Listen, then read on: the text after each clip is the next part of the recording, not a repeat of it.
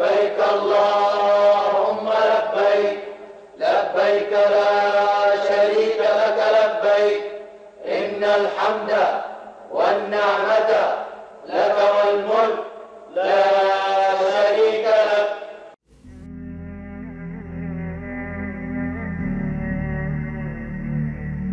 Hajj is the fifth and last pillar of Islam. The word Hajj connotes both the outward act of a journey to the Kaaba, the house of God, in the holy city of Mecca in Saudi Arabia, and the inward act of intentions behind this event, or why this event. Malcolm X, an American activist during the civil rights movement, described the sociological atmosphere he experienced at his Hajj in the 1960s as follows. He says, "There were tens of thousands of pilgrims from all over the world.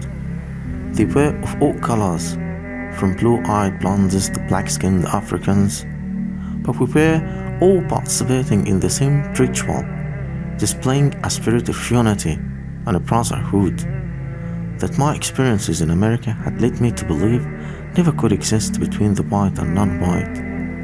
America needs to understand Islam, because this is the one religion that erases from its society the race problem.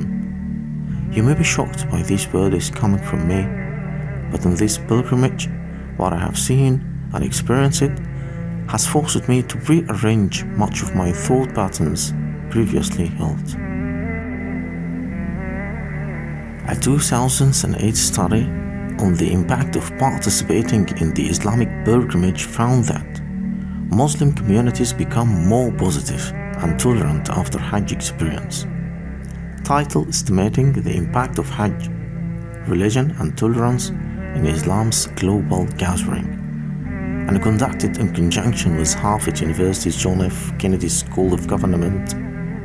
The study noted that the Hajj increases belief in equality and harmony among ethnic groups and Islamic sects, and leads to more favorable attitudes towards women, including greater acceptance of female education and employment, and that Hajjs should increase the belief in peace, equality, and harmony among adherents of different religions. And although there are certain rituals of Hajj that we want to know the wisdom of performing them in details, such as the wearing ihram garments, the day of Arafat, the wisdom of stoning the Jamarat, the sacrifice, hair removal, and all kinds of tawaf, such as tawaf al-qudum, tawaf al-ifada, and tawaf al-wada. Let's have a look. The wisdom of wearing ihram garments. While in ihram, males are required to wear 2 white seamless cloth. As for females, this involves wearing ordinary dress that fulfills the Islamic condition of public dress, with hands and face uncovered while in ihram. But the wisdom of wearing these garments is meant to show equality of all pilgrims in front of God, with no difference between the rich and the poor. Donning such and some white garments entirely remind of shrouds worn after death that intended to remind of the day of judgment, that it is believed to distance man from material ostentation and engross him in a world of purity and spirituality. It signifies a Muslim submission to God rather than social status, since the clothes are believed to show individuality and distinction and create superficial barriers that separate individuals. And the wisdom from the day of Arafat, where millions of pilgrims go to the mountain of Arafat, you can call this day Yawm al-Wuquf. The overcrowdedness reaches its highest point on that day, resembling the day of standing before God in the hereafter. The meeting of millions of pilgrims manifests the Muslim brotherhood. The members of the greater Muslim family sympathize with one another help one another and care for one another. Pilgrims address their prayers to Allah to forgive them and grant them the greatest reward.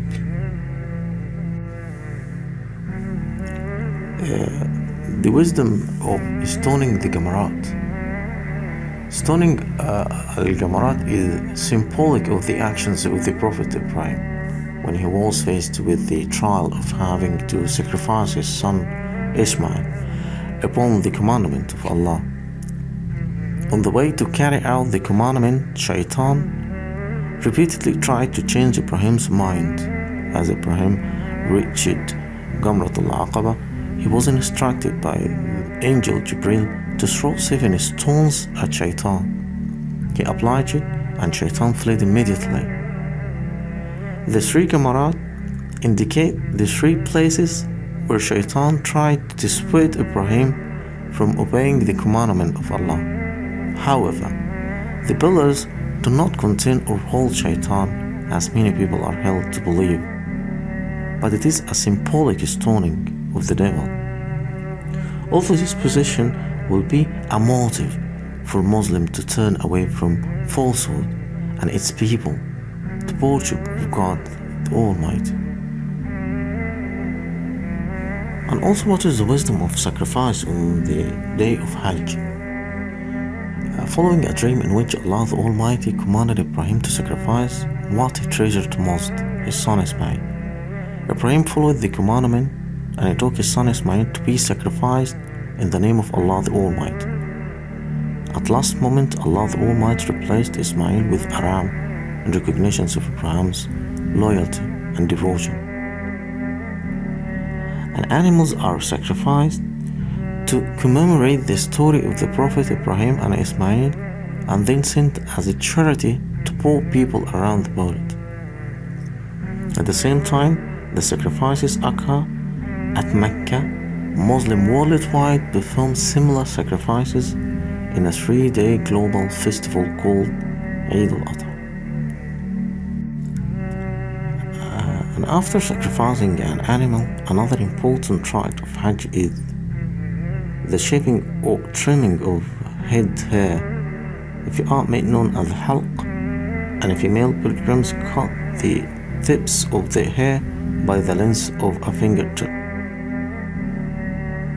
The act of cutting the hair symbolizes one's detachment from physical appearances, while complete subjection to Allah the Almighty.